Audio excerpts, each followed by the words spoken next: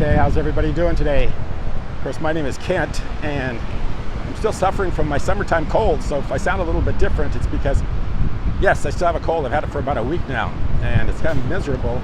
Summertime, and everybody's at the beach, and I've got this cold, but it's not keeping me from doing things. It just sounds bad.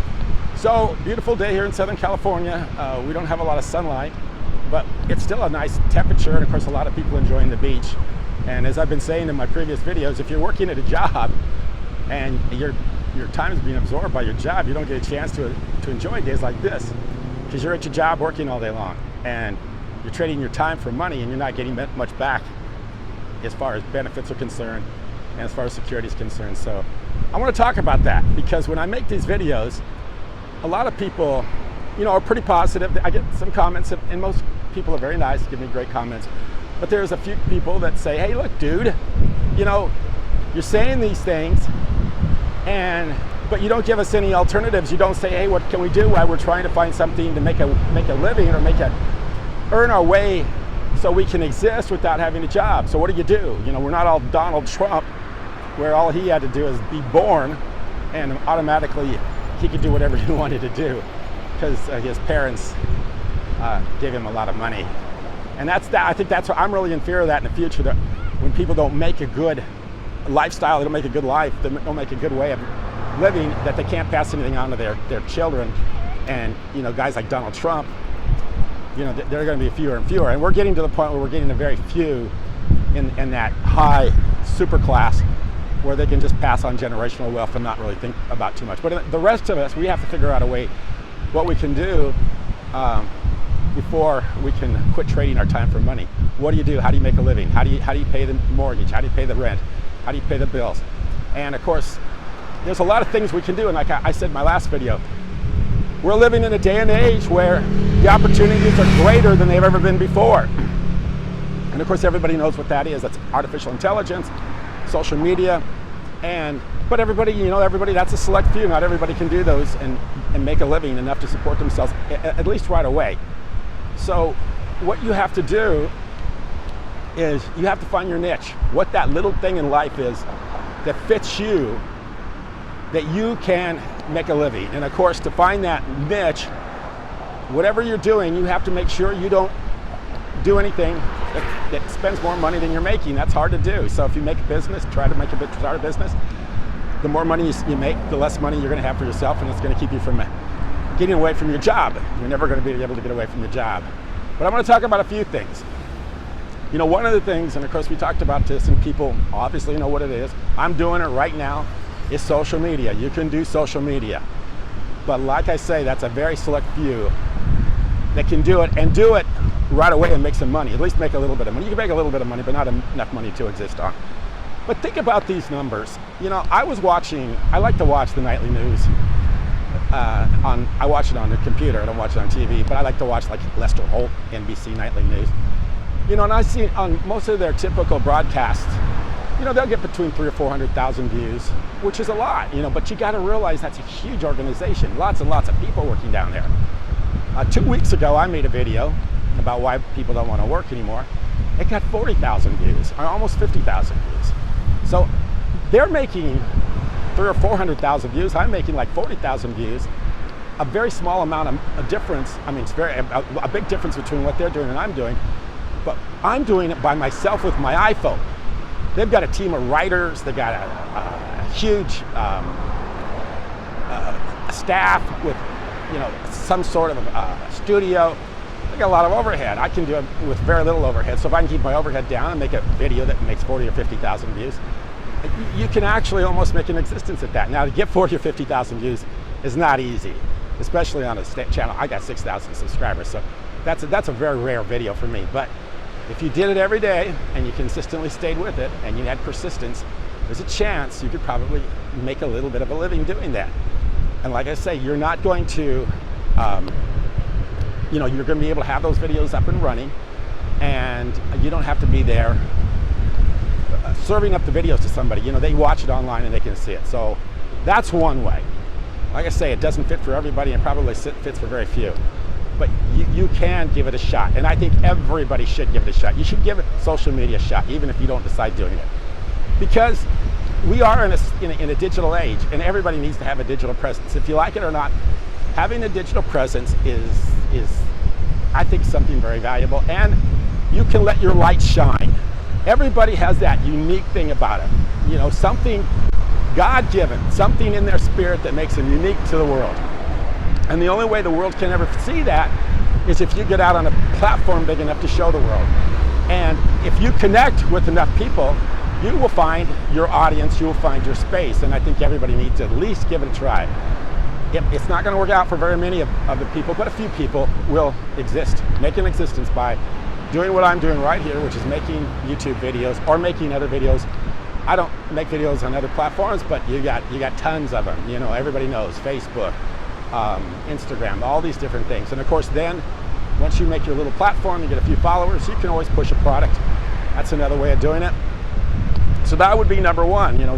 While you're trying to figure out how to get away from your job and have a life like these people down here on the beach right now, enjoying life, getting into the water, doing surfing, and not stuck in a cubicle someplace, you can actually be doing something like that in the background. And time goes by either way. Time goes by if you're not doing social media, or if you are doing social media. But I'd say just at least give it a while. Give it a few months and see what happens. You may be surprised. I've seen people just that would put up a video and right away they make a connection with a group of people, and it goes great for them. Of course, the second way probably to do something, and that's sell a product. But this is the problem. This is what most people fail to realize. You can't go out and sell a product that is some sort of mass-produced thing out of China. You're not, even if you can buy it for cents, pennies, you're not going to make any money at it because it's not. Everybody is tired of all the extra stuff that we have, that we don't need, that we just keep buying. That we buy this closet hanger, that we buy this little thing that dices up vegetables. I mean, we've all had enough of that stuff. You're not going to make it by selling stuff like that. You're going to have to find that little niche. And you don't have to find a big niche, but just a little niche where you can sell a few items online and make a little bit of a profit. And of course, what I said yesterday, I was talking about AI, artificial intelligence. Back in the old day, you used to have a little skill in order to put up a website. You don't need that anymore. These artificial intelligent web builders are really good, and you don't have to have hardly any skill at all. And you may be able to get one for 20 or 30 bucks a month, and you can try out products and try out things. My suggestion is find something that's highly, it's in a very much of a niche market. I'll give you an example. When I was a farmer in Nebraska, and we were raising field corn, now GMO field corn. Back when I was in farming, we didn't do the GMO. We didn't have genetically modified seeds. We didn't have Roundup Ready corn. But that's a commodity. And you're never going to make any money raising commodities because you can put in millions of acres and nobody cares. It's not a unique product. But if you got a highly specialized, maybe you grew a corn that didn't have any GMO, doesn't have any chemicals or anything that's negative that people are really worried about in today's world, and raise that and sell that to a select few, then you have a market. You have that your little group of people that are willing to pay up for something that's very specialized and very unique. And that's what you have to find. You have to find that unique, specialized market that people are really willing to pay and that only you can deliver. Most people cannot deliver it because they don't put time and effort into it. So when I was a farmer in Nebraska, I wasn't going to go out and take an acre of land out and say, no chemicals, no fertilizer, no commercial fertilizer. We're going to do this all really, bare bones and not do anything extra, because that would take too much of my time. I had thousands of acres to cover, and I wasn't going to do it when I would spend all my time on this little half acre, because there's a few people out there that just really want it to be pure. So you got to find that product, and I'm telling you, that is really going to be a super growth area right now, because a lot of people are starting to wake up to what we're eating, what we're putting in our bodies, what we're putting on our bodies, our soaps, all this stuff that has a lot of stuff in it that's just not good for us. And people are getting older, they're getting sicker. We have a generation now that's getting older. My generation, I'm in my 60s, getting older, and we're getting very conscious of not putting stuff in our bodies that may cause us damage. And of course, some of these doctors are starting to go rogue. They're starting to tell the truth about, hey, you know, the way we've been living in the past, eating this fast food and some of this stuff, you know, it hasn't been good for us. And in the past, they don't want to talk that stuff down because, you know, people don't want to do it because guess what? You know, it's negative for the fast food industry. The fast food industry employs a lot of people. They pay a lot of taxes. You know, the municipals and the state municipalities and all these other places, you know, some of their biggest taxes, some of the most taxes come from the Walmarts and the McDonald's and you know, the fast food places. You know, they're paying a lot of taxes. So if you don't want to get on the wrong side of that monster, and you don't want to say, hey, you know, you shouldn't be eating that stuff because it's bad for you. But a lot of people are starting to be aware of it, and that information's out there. And if you want to pick up on that and figure out what little thing you can do in order to bring a product that, you know, you're not going to get millions and millions of customers, but if you got a few thousand loyal customers, that may be enough for you to break away from your job and have an existence without depending on going to work every day and making a minimal amount of money and being treated like garbage. Because that's what's happening today. You're getting treated like garbage. And it's going to get worse and worse as things go on. The other thing that's happening right now is our infrastructure is falling apart because we need to reinvest in infrastructure. You're seeing bridges breaking down. You're seeing, you know, roads that are broken down because most of that stuff got built up when it was easier to hire people. Now it's difficult to hire people and you have to pay them more money. So that's all going to come, the chickens come home to roost, as they used to say on the farm. And we're going to have a lot of problems in the future with our infrastructure and the way it's things. So even doing something like that, coming up with some way of figuring out a way to improve things, infrastructure, things like that, you know, doing some sort of a quick fix for a lot of things that are breaking down. So yeah, that's just a lot of stuff like that. It's all available, it's all out there. You just need to put a little effort into it. And like I say, you can't do that if you're spending 50 hours a week at your job. You get home and then you got to take care of your family and whatever other things that need to be happening. You can't do it. You have to do this along with whatever it is you're doing. And that makes me, you know, like I said yesterday, I made a video about the job being a cult. I remember, and I'll just share a quick story before I leave here with you. It's I've been on for 12 minutes, but yeah, it's pointed this way. How you guys doing? Yeah, how you guys doing? So, when I was selling, I actually had this idea. I was really dumb. How you guys doing? I've had a lot of dumb ideas in my life, believe me. But this is really one of my dumb ideas. So I was selling water purifiers door to door. And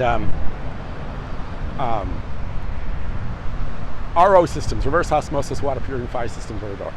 So what we do is we would flyer a neighborhood and then I'd come back and if somebody called and said they were interested, I'd show up and give them a demonstration. So somebody called, this couple in Del Mar, and they had a beautiful house overlooking the ocean. Beautiful, beautiful house. And they had two houses actually.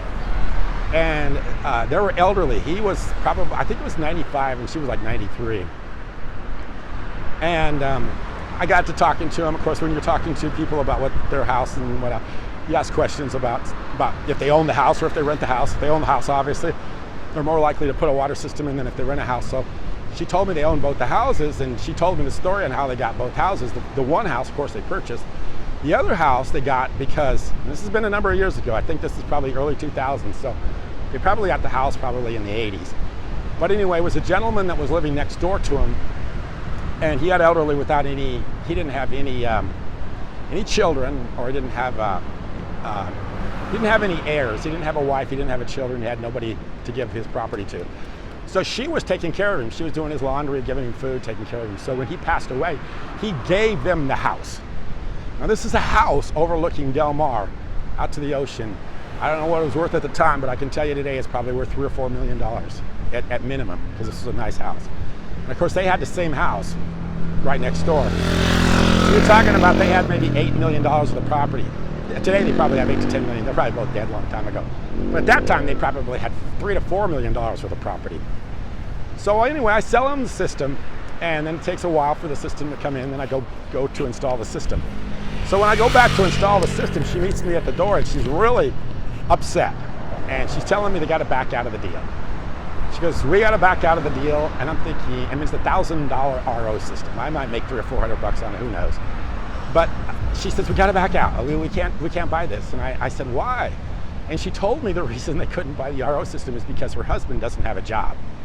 So the guy's like 95 years old. He's standing there and she's shaming him like crazy. She's saying, well, he doesn't have a job and he's not working. And there's no way we can afford this, because if he doesn't have a job, we don't have any money coming in. And the story was, is they had a business. It was a plumbing business, and they gave it to their nephew or grandson. I can't remember which. But anyway, the kid took off, and he never paid him for the business. And I think he finally, I don't even know if the business was still going, but he wouldn't pay him anything for the business. So they got nothing out of the business, even though it had millions of dollars of the property. She basically thought they were broke because he didn't have a job. So that is the idea. This is the theory, or the thing that goes on with people and jobs. It's almost like a cult. And it's just like, because he didn't have a job, she was really giving him a hard time. I felt sorry for the old guy. He's like 95 years old, and he's standing there and he's all hunched over, and he's taking this abuse from his wife, who's like 93, and just giving him hell because he doesn't have a job. And because he doesn't have a job, they can't afford to have clean water. And it was a surreal kind of situation. I'm sitting there going, you got given a multi-million-dollar home, you live in a multi-million-dollar home, and then you're sitting there berating this guy because he doesn't have a job, and you can't come up, you don't claim. I mean, I knew they had the money. In fact, I think they'd already paid for it. I had to refund it. But, and that's that cult, that mentality of having a job. Because this guy at 95 didn't have a job, they couldn't do anything. And it was really like she was putting down, like shaming him because the guy didn't have a job. So anyway, that's what I say, that cults, jobs are almost like cults. That's what I'm referring to, and things like that. So anyway, tomorrow I'll probably have another video. If you have any suggestions or ideas, please leave them in the comments. I'm going to start investigating and coming up with ways of making money without having a job, because I think that's a big thing right now. There's a lot of people that want to get out of their job. They want to enjoy life. They want to be down here on the beach. Speaking of being down here on the beach, there's a few right there. So yeah, they want to enjoy their life. They just don't want to be sitting someplace. And not only that, not being appreciated. I think where we really went wrong in this country, and maybe around the world, is when we quit valuing our employees. And we quit valuing our employees when people like Warren Buffett and that kind of people started buying businesses, and their first thing was, we need to take care of the shareholders. So when the shareholders become more important than the employees, then we went in the wrong direction, and we've been going in the wrong direction ever since. So a guy like Warren Buffett looks at a balance sheet, he goes, oh, we got wages, we got salary, we've got employee benefits, we need to slash that, we need to cut that, we need to get rid of middle management, we need to get rid of everything. And so employees become this enemy, an employee become an enemy of the company instead of becoming an asset. And at that point, then they were treated that way, get rid of the employees, slash everything to the bare bone, and then the company runs with more profit, and the shareholders are happy, and the Wall Street people are happy, and the stock goes up, and the quarterly returns are great, and everybody's happy, and we're beating Wall Street estimates, we're beating our Wall Street projections, and the brokers make money, the shareholders make money, the 401, the people that run your 401, if you're working for a school district or something like that, and they're investing your money in some sort of a company owned by Warren Buffett and his kind, and all of a sudden, if those companies make good profits, and because they've cut all their employees, everybody's happy. So that's what happens. We've turned our, this dog's going after these squirrels. I don't know what these are. These are squirrels? I don't know what they are. They're pretty small if they're squirrels. Back where I'm from, the squirrels are a lot bigger than these guys. That might be a baby though. Someone told me stay on topic. I got to stay on topic. So yeah, I think the thing turned is when we quit valuing employees. You quit valuing employees and you don't have a business. If the people don't care that work for you, they don't want to do a good job, then your business is going to turn to garbage real fast. And that's what's going on. Business is turning to garbage because people just basically don't care anymore. And I'm running that all the time. When I talk to people, I talk to my insurance company. My insurance company, they don't care. I'll tell them to make a change on my policy. They don't do it. Next month comes around, I look at my policy, nothing's changed. I told you to remove that or add that or something like that. And they don't do that. I mean, they act like I'm talking to a brick wall. I got to document everything.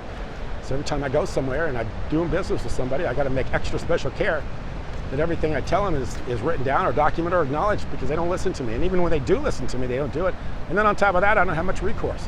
So that's the world we're living into. It's not going to be a very fun world in the future, in my opinion, the way things are going. So we need to invest back in people. You don't invest in people, then you just don't really have much of a quality of life. And if people don't care about their jobs, and it's like you're going to see this in the future with the way things are run and the way our governments are run and the way people are run, we got to start focusing more on employees, more on people, and give people a good way of living, making sure they got, a way to buy a home, a way to owning, whatever it is they need in order to have a high quality of life. Make sure their kids get educated, make sure all this stuff, and you will see an improvement in the standard of living and an improvement in our country like you wouldn't believe. That needs to happen right away. And back to one more point before I leave you. The other thing is, people say that they need to have, hey, if I'm working at a job, how do I get out of working at a job so I can come up with these other ideas? Well, one of the things that people get off on the wrong foot right away is by going to college. So there's a few years in your life where you get out of high school and you're not married, you don't have children, you don't have a family, and those are years where you can really double time it. That's years where you can really work at a job and then do something on the side, like I say, social media, or maybe finding a niche product to sell. You need those years.